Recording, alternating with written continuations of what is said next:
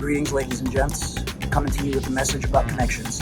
I'm at the BWI Airport, one of my favorites for quick, easy, safe connections. Equally as important for your combustion gas venting. You want a system that meets UL 1738 in the US and ULCS 636 in Canada.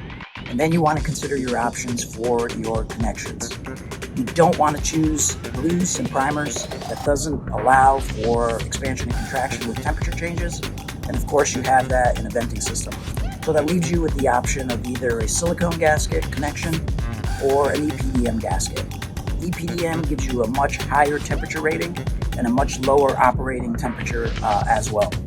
It's the superior venting material.